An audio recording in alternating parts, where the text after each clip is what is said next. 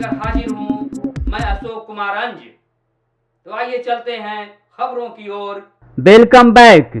गया में 26 नवंबर को हास्य कवि सम्मेलन की तैयारी पूरी। गया में 26 नवंबर को होगा लोटपोट हास्य कवि सम्मेलन। आगामी 26 नवंबर की संध्या 7 बजे सिजवार स्मृति भवन, मंगला गौरी रोड, चांद चौरा, गया में लोटपोट हास्य कवि सम्मेलन का आयोजन किया जाएगा।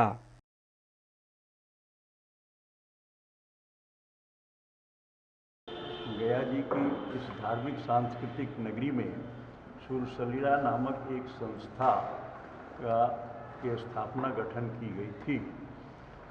तब से यह अपने क्षेत्र में गया की सांस्कृतिक विरासत, जिसमें संगीत साहित्य के संरक्षण, संवर्धन एवं विकास के लिए प्रयासरत है। अभी वर्तमान में इस संस्था का स्थायित्व प्रदान करने के दृष्टिकोण से इसका निबंधन ट्रस्ट के रूप में करा दिया गया है, ताकि यह कार्य निरंतर भविष्य में चलता रहे। इस उद्देश्य से ट्रस्ट का गठन किया गया है। अब ट्रस्ट के माध्यम से जो भी क्रियाकलाप यहाँ की सांस्कृतिक साहित्यिक गतिविधियाँ होंगी, उसमें बहुत आगे बढ़ के यह संस्था इस क्षेत्र में कार्य करेगी। अभी जो हम प्रस्तुत करने जा रहे हैं हास्य कवि सम्मेलन, आज के मनुष्य की ज़िंदगी में इतनी भाग दौड़ की ज़िंदगी है कि जिसमें इस तरह के आयोजनों का होना बहुत आवश्यक समझ रहे हैं, क्योंकि कभी तो समय निकाल के आदमी दिल खोल के हंस ले और उन कवियों के मेहनत को हम लोग दाद दें, ताकि इस क्षेत्र में वो आगे बढ़ें। और इसी तरह से उद्देश्य से यह आयोजन हमने पहली प्रस्तुति आगामी 26 तारीख को संध्या 7 बजे से आयोजित की है। अखिलेश द्विवेदी जी इलाहाबाद से पधार रहे हैं और दमदार बनारसी बनारस से, और निधि जी वो पुणे से आ रही हैं और जमशेदपुर से अंकिता सिन्हा। ये हमारी संस्था के जो उद्देश्य है, साहित्य, संगीत, कला के विभिन्न क्षेत्र, पेंटिंग वगैरह जो भी हो, इसका संवर्धन विकास हेतु ये संस्था हम लोगों की परिकल्पना को आज एक मूर्त रूप एक देने जा रही है। और बहुत सारे गया के जो लोग हैं इस संस्था में सम्मिलित हैं और उनका सहयोग बराबर मिलता रहा है और भविष्य में भी और जोर शोर से मिलेगा और बड़े से बड़े आयोजन हम लोग इसमें कराते रहे हैं और कराएंगे। ये कला और संस्कृति का एक बहुत पुराना रिश्ता गया से रहा है। या अच्छे अच्छे साहित्यकार लोग, मोहनलाल महतो वियोगी, हंस कुमार तिवारी, राम नरेश पाठक, सुरेंद्र चौधरी, रामकृष्ण मिश्र जी, न जाने कितने नाम हैं जो यहाँ के साहित्यिक गतिविधि को, साहित्यिक नाम को ऊंचा करने में अपना योगदान दिया है। आज साहित्य सम्मेलन भी बहुत अच्छा काम कर रही है, साप्ताहिक गोष्ठियाँ कर रही है, मगर हम सब लोग को मिल के साहित्य को और संगीत को संवर्धन करना बहुत जरूरी है। इसमें प्रेस और मीडिया का भी बहुत अहम रोल होता है इसके प्रचार प्रसार करने में। तो आपका सहयोग सदा हम लोग को मिलता रहा है और ये एक हास्य कवि गोष्ठी का आयोजन हम लोग पहली बार अपनी संस्था की ओर से कर रहे हैं। गया में तो कई कार्यक्रम इस तरह के होते रहे हैं, दैनिक जागरण, दैनिक भास्कर भी बहुत अच्छा आयोजन करती हैं, बड़े बड़े कवियों को बुलाती है। अब हम लोगों ने इसकी शुरुआत की है, हम लोग भी और बड़े कवियों को बुलाने का प्रयास करेंगे भविष्य में। तो ये हमारी जो न्यास हो जाने से ये संस्था को मूर्त रूप एक मिल चुका है और भविष्य में और भी इसमें विकास करने में हमें इसका मदद मिलेगी।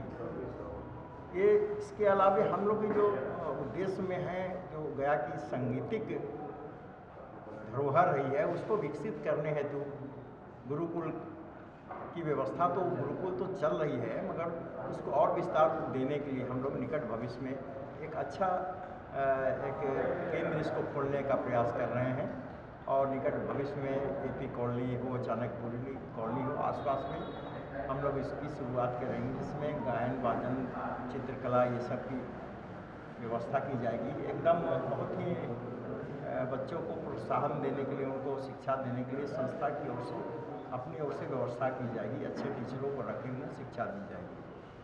क्योंकि देखिए आज के दौर में आपको म्यूजिक से भी स्कोप है, पेंटिंग से भी स्कोप है, नृत्य से भी स्कोप है और पढ़ाई लिखाई से तो है नहीं, तो इसमें भी आपको नौकरी सृजन हो रही है, म्यूजिक टीचरों की हो रही है। अभी जो वैकेंसी आपको निकली है उसमें भी मिल रही है। तो हमारी संस्था के द्वारा अगर उनको सर्टिफिकेट वो प्रदान की जाएगी, जो हमारे रजिस्टर्ड यहाँ से संस्थाएं हैं उसके साथ कोलैबोरेशन होके होगी, तो उनकी मान्यता मिलेगी। मान लीजिए प्रयाग संगीत समिति से हो या खैरागढ़ विश्वविद्यालय से हो, कहीं से हमारा संबंध जो होगा तो वो उसकी जो वहाँ से हम लोग उसको सर्टिफिकेट दिलवाएंगे। MA BA PhD करने का उनको सौभाग्य मिलेगा, तो उन्हें भी लाभान्वित होने का मौका गया कि बच्चों को, मगध के बच्चों को मिलेगा। तो ये सारे उद्देश्य को लेके हम लोग चल रहे हैं और भगवान विष्णु से हम लोग यही आशीर्वाद मांगते हैं कि इसको सफल बनाने में हमें उनका आशीर्वाद मिले और गया के बच्चों को और गया के कला प्रेमी को, सभी को उससे लाभान्वित होने का अवसर प्रदान है। हास्य कवि गोष्ठी है जिसमें दो मुख्य कविगण जो हैं, दमदार बनारसी जो कि वाराणसी संसदीय के लिए पधारेंगे और अखिलेश द्विवेदी प्रयागराज से, दो कवित्री हैं जो हास्य और श्रृंगार दोनों की रचनाएं का पाठ्य करेंगी। निधि गुप्ता कशिश पुणे से और अंकिता जैन झारखंड जमशेदपुर से। इस आयोजन के मुख्य अतिथि हैं साउथ सेंट्रल बिहार दक्षिण बिहार केंद्रीय विश्वविद्यालय के कुलाधिपति श्री कामेश्वर नाथ सिंह। तो आइए हम समापन की ओर बढ़ते हैं। तो यहाँ पे पंडित राजेंद्र श्रीवार जी हैं, तो इनसे हम चाहेंगे कि आज जो सुर सलीला का न्यास के तहत जो कार्यक्रम आज जारी है, इसके तहत आप क्या संदेश देना चाहेंगे हास्य कवि जो होने वाला है 26 नवंबर को? देखिए, हास्य कवि एक उनकी जो कविताएं रहती है कि उसकी दो रूप होती है। आपको अपनी भाषा शैली से, अपने बोलने के टोन से भले ही आपको हंसाने का प्रयास करते हैं, तो उसका दूसरा अर्थ भी होता है। जो आज की समसामयिक विषयों पर भी उनकी चर्चाएं रहती हैं, उस अपने लेखनी में, उनकी वक्तव्य में रहती है। तो हमारे आज की पीढ़ी आकर उनको सुने तो पहले उनकी गहराइयों को समझे। तो आज की पीढ़ी तो मोबाइल और लैपटॉप, मोबाइल और इंटरनेट के, फेसबुक, व्हाट्सएप इसमें ही भूली हुई है। उसको अध्ययन करने का समय कहाँ है? आपके साहित्य को अध्ययन करने का कहाँ समय है? उनको ये भी नहीं मालूम होगा कि राम की कई माताएं थी, दशरथ के कई लड़के थे, इतना उनको ज्ञान नहीं है आज के। आपको कोर्स से भी वो किताब, उनके जो विषय है उसको भी विषयांतर किया जा रहा, हटाया जा रहा है। महाराणा प्रताप की कविताएं और कितनी ऐसी कविताएं, सुभद्रा देवी चौहान की कविताएं पाठ्यक्रम से सब हटाई गई। तो अब क्या जानेंगे हमारी पुरानी संस्कृति को?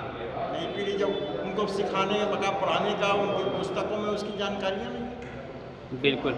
तो अब हमें इस चर्चा को हम समापन की ओर ले चल रहे हैं, लेकिन आपको हम चलते चलते बता दें कि सुर सलीला न्यास गया जी के तहत गया जी में हास्य कवि सम्मेलन होना है। लोग झूमेंगे, नाचेंगे, गाएंगे और लोटपोट हो जाएंगे।